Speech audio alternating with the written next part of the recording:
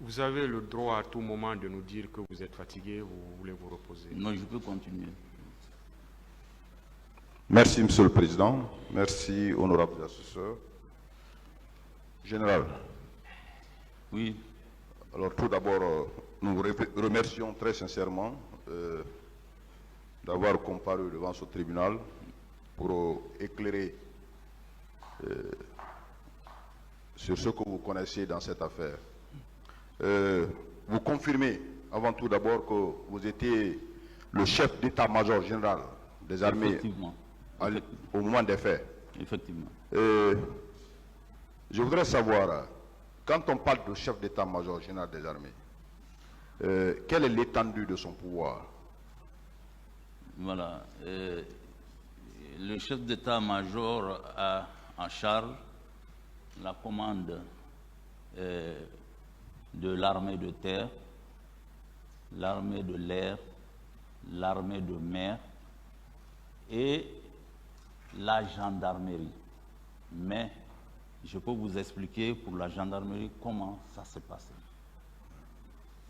Vous savez, en Guinée, avant, on appelait les chefs d'état-major de la gendarmerie, chef d'état-major de la gendarmerie simplement. Mais c'est au temps du CNDD qu'on a ajouté, comme on appelle, l'appellation haut commandement de la gendarmerie et directeur général de la justice militaire. Comment? Quand j'étais chef d'état-major, j'ai été invité à assister à la fête de l'indépendance du Sénégal. Donc, pour partir, j'ai dit au chef d'état-major de la gendarmerie de venir avec moi. On est parti voir le ministre de la Défense. On l'a dit, il a dit si je peux partir avec le chef d'état-major de la gendarmerie. Il dit il faut que le président donne son aval. On s'est porté dans le bureau du président d'Addis. On a posé le problème. Il dit qu'il ne trouve pas d'inconvénient à cela. Excusez-moi. Donc, c'est pourquoi j'ai fait le déplacement avec le chef d'état-major de la gendarmerie. Pourquoi? C'était pour se référer sur l'organisation, parce qu'il me disait ça souvent. Si on pouvait organiser une mission pour qu'il aille voir comment c'est pour... parce qu'on avait relancé la réforme de l'armée et on était beaucoup en avance. C'est vrai au temps de CNDD, il y a des témoins, même au niveau international. Donc, c'est pourquoi j'ai été avec lui. Et après la fête, j'ai demandé au chef d'état-major général des forces armées du Sénégal d'organiser une visite pour le chef d'état-major de la gendarmerie. J'ai dit, il veut voir le modèle d'organisation qui se passe au Sénégal. Lui, il a accepté et il a organisé la visite toute une journée. Il est parti, il a visité les bureaux. Ce jour-là, il est parti là-bas seul. C'est bon, hein? C'est bon. Moi, je voudrais tout simplement savoir quels sont les corps qui rentrent dans votre contrôle, l'étendue de votre pouvoir. Vous avez dit que c'est l'armée de terre, l'armée de l'air, l'armée de l'air, la marine et la gendarmerie. Oui. Donc, même, et la douane. La douane fait partie de... Bon, la douane, pas tellement, mais on les associe parce qu'on a dit les forces, comment on appelle Est-ce que la douane fait partie? La douane fait partie de... Non, voilà. Parce que c'est des paramilitaires. C'est bon. Du ministère. La police fait partie? La police, oui. On associe la police quand il faut prendre, comme on appelle, des dispositions pour la sécurité générale dans le pays. Mais ils relèvent de leur ministère, c'est des paramilitaires aussi, ils ne relèvent pas directement de moi. Mais jusque maintenant, ça se passe quand il y a des réunions, on associe tout le monde. Est-ce que, C'est pourquoi on dit les forces de défense et... est-ce que je voudrais savoir, puisque dans votre narration, vous avez parlé de la réunion. C'était le 25 ou le 26? Vous êtes venu trouver le président Dadis le 25. Quand voilà, vous êtes venu rendre compte ouais. au ministre de la Défense, Oui, oui. est-ce que c'est le 25 ou le 26? En tout cas, c'est entre les deux, 25, hein, je crois. 25 ou 26. 25, ouais. Vous l'avez trouvé avec le président Dadis? Avec Le président Dadis. hein. Où? Où vous les avez Non, trouvés? non, avec le ministre de la Défense. Ministre de la Défense. Ouais. Je parle du ministre de la Défense. Hein? Quand vous êtes venu le rendre compte, vous l'avez trouvé où?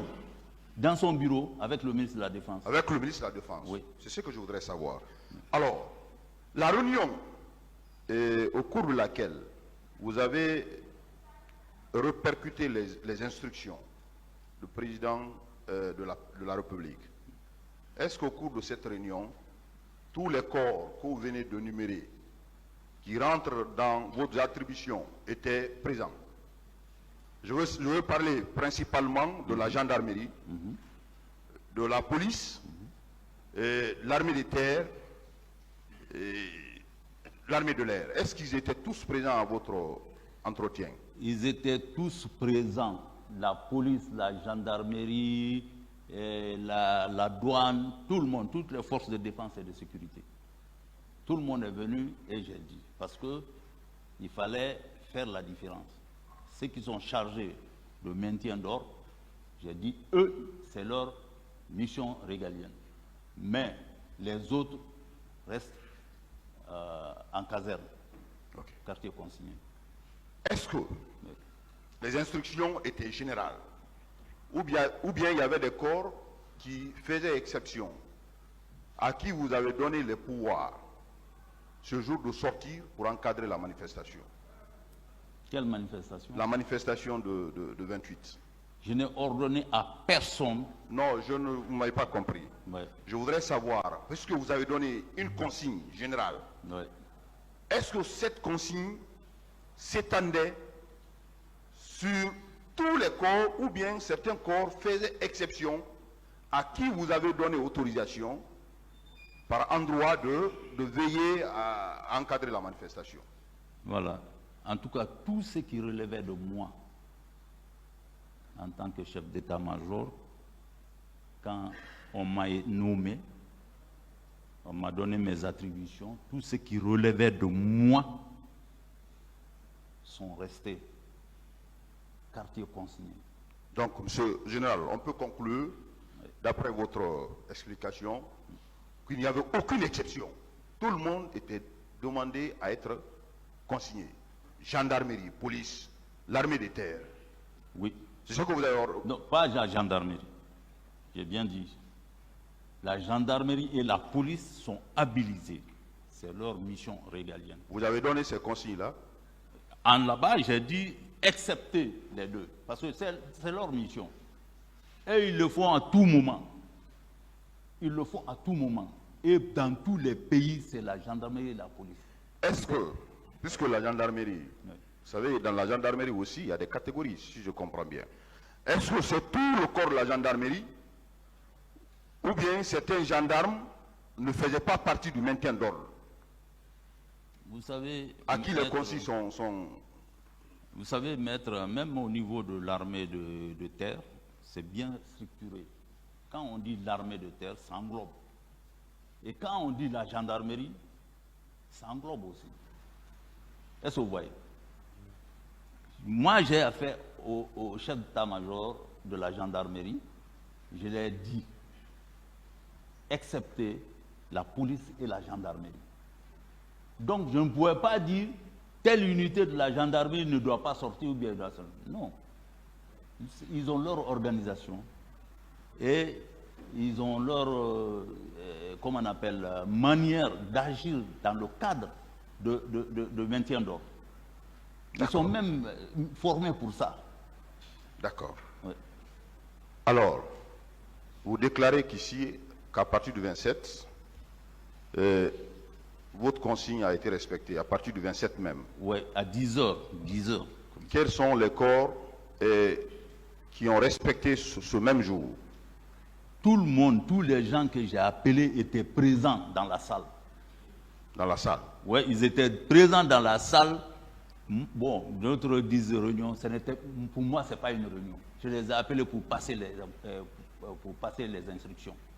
Et j'ai laissé tout le monde, je dis, allez immédiatement faire le rassemblement et passer le message. Voilà ce qui s'est passé. Pour moi, ce n'est pas une réunion. Général, je voudrais une précision. Est-ce que, habituellement, dans l'armée, pour donner une consigne de cette envergure, vous le faites verbalement ou par message radio? Comment vous avez l'habitude de faire? Non. On peut passer le message, comme je l'ai fait, pour convoquer les gens de venir là-bas. Mais pour moi, c'était tellement important, donc je voulais que les gens entendent ça de ma propre voix. C'est-à-dire, face à face, que je dis à chacun, voilà le comportement à adopter ce jour. En tout cas, ça, je sais que personne ne va dire je n'ai pas reçu le papier ou bien on ne m'a pas dit. Si tu es là et je parle devant toi, après tu ne vas pas me dire que tu n'as pas entendu. Vous n'avez pas fait de message à l'endroit des différents camps de pays? Message Non. Radio ou par un acte écrit? Je n'ai pas fait d'acte, j'ai voulu qu'ils entendent ça de ma propre bouche. Okay. Je vais revenir sur la question, vous étiez chef d'état-major général. Effectivement. C'est pourquoi j'ai eu l'intérêt de la question. Je voudrais savoir l'étendue réelle de vos pouvoirs. Le 28, vous confirmez que vous étiez au camp Samori Touré? Le 28 oui, septembre, oui, le matin. oui. Vers 7 heures. Ça, c'était tous les jours. Est-ce qu'avant 10 heures, puisque vous déclarez que c'est à 10 heures, vous avez appris qu'il y a des événements, ce qui a été conforté par l'appel de cette dame qui travaille à la Croix-Rouge, Oui. demandant votre service? Ouais, entre 10 heures et 11 heures. Est-ce que bien avant 10 heures, cet appel, à partir de 8 heures, on vous a rendu compte de ce qui se prévalait à Conakry, Oui, j'ai dit ce qu'il qui y avait... prévalait au stade du 28 septembre, Oui. étant chef d'état-major général de l'armée? Oui, il y avait même un petit poste radio à côté où ça c'était tout le temps dans mon bureau. Quand je viens le matin, j'allume pour écouter les informations. Donc, mais il y avait les murmures avant ça. On entendait de tous les bords que les gens veulent marcher, voilà, à la télé, à la radio, partout. Ça dit. Mais moi, je dis que je n'étais pas sûr parce que je voyais tous ces gens-là au camp. Pour moi, vraiment, ils vont s'entendre et puis... Je voudrais dire, Ouais.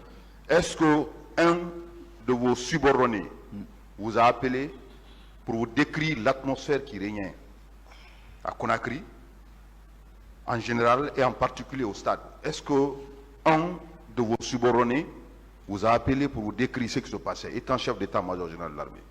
Puisque vous avez fait appel au chef d'état-major général de l'armée de terre, et tous les corps qui rentrent dans vos attributions. Est-ce que quelqu'un d'entre eux vous a appelé pour vous rendre compte de la situation qui prévalait à Conakry en général et au stade en particulier?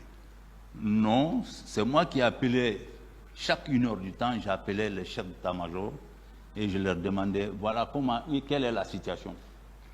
On me disait, ah, les gens sont là, ils ne sont pas sortis. Ils sont là, les armes sont au faisceau. Et quand le quartier est consigné, comme ça, vous pouvez vérifier, à chaque 1 heure ou 2 heures, on fait l'appel des gens pour voir s'ils sont dans les rangs. Vous voyez? Donc, ils ne m'ont pas remonté qu'il y a des gens qui sont sortis et qui sont partis. Ils ne m'ont pas dit. Mais comme ils ne m'ont pas dit, je ne peux pas inventer que les gens sont sortis ou bien... Voilà, ils ne m'ont pas dit. Ils m'ont dit tout se passe bien, les armes sont au faisceau et les gens sont sur place.